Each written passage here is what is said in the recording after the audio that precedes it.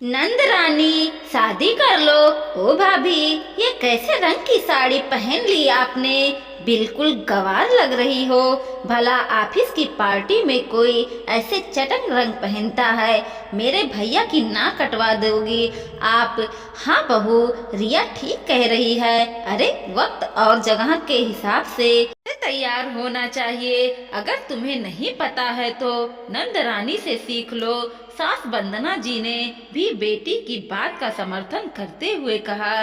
नैना हाथ प्रभा सी अपनी कुंवारी नंद और सास का मुंह देखने लगी, जो कल वो हल्का रंग पहनने पर उसे लंबे चौड़े भाषण दे रही थी, और आज अब वो अपनी पसंद को दर निकाल कर उसे हिसाब से तैयार होने तो उन्हें आज भी नैना ही गंवार ही लग रही थी। लेकिन उन्हें बहस करने का मतलब था घर में तमाशा फैलाना।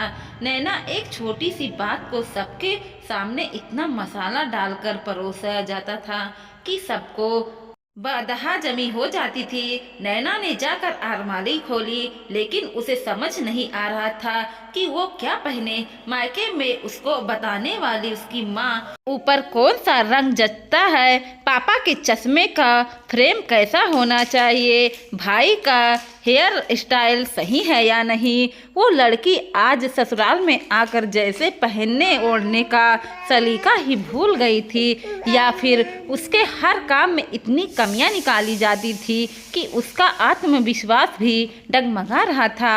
नैना अपनी अलमारी खोलकर अपने मायके के यादों में खोई हुई थी कि जतिन ने आकर पीछे से उसे चौंका दिया। अरे आप आ गए, मैं बस तैयार ही हो रही हूँ। नैना हकलाते हुए बोली। हूँ वो मैं देख रहा हूँ, लेकिन इतना क्या सोच रही हो?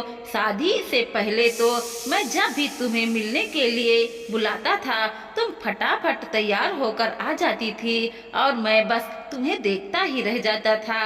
अरे मेरी जान, मैं तो तुम्हारी आइस और खूबसूरती का फैन बन गया था। फिर अब तुम्हें इतना क्यों सोच रही हो? तुम्हें चाहे कुछ भी पहन लो, बहुत सुंदर लगती हो। जतिन की बातें सुनकर नैना शर्मा गई। उसके चेहरे पर एक अलग ही चमक थी, जो शायद उसके आत्मविश्वास के लौटने की थी। उसे फटाफट अलमारी से एक कलर की साड़ी निकाली और बड़े सलीके से पहन ली।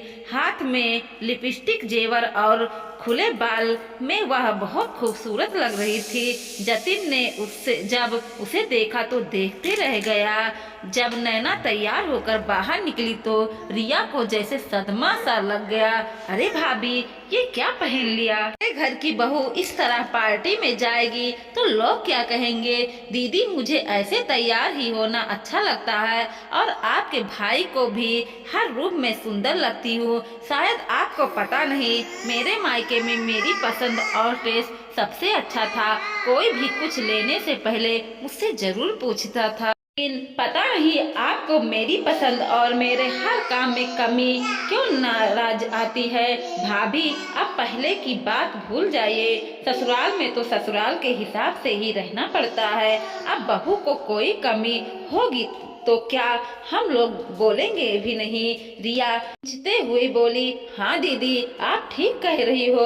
एक समझदार बेटी बहू बनती अल्हड़ हो जाती है। हो सकता है आपके साथ भी यही हो, क्योंकि आप भी अभी सिर्फ इस घर की बेटी हैं। अपनी कमियां जाननी है तो एक बार अपनी शादी होने दो, फिर आपको भी पता चल जाएगा कि कितनी खूबियां हैं। सच कहूँ तो दीदी, आपकी अपनी अपनी पसंद और हुनर होती है।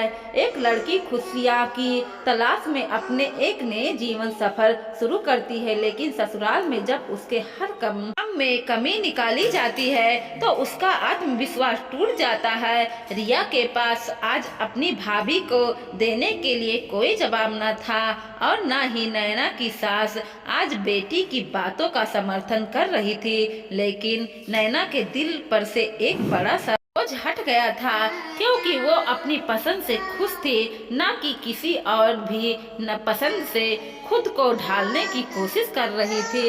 वो खुशी खुशी अपने पति के साथ चल पड़ी। दोस्तों, वीडियो पसंद आया हो तो लाइक कीजिएगा, शेयर कीजिएगा और सब्सक्राइब भी कीजिएगा, और देखते रहिए कोमल मोटिवेशनल 2.0।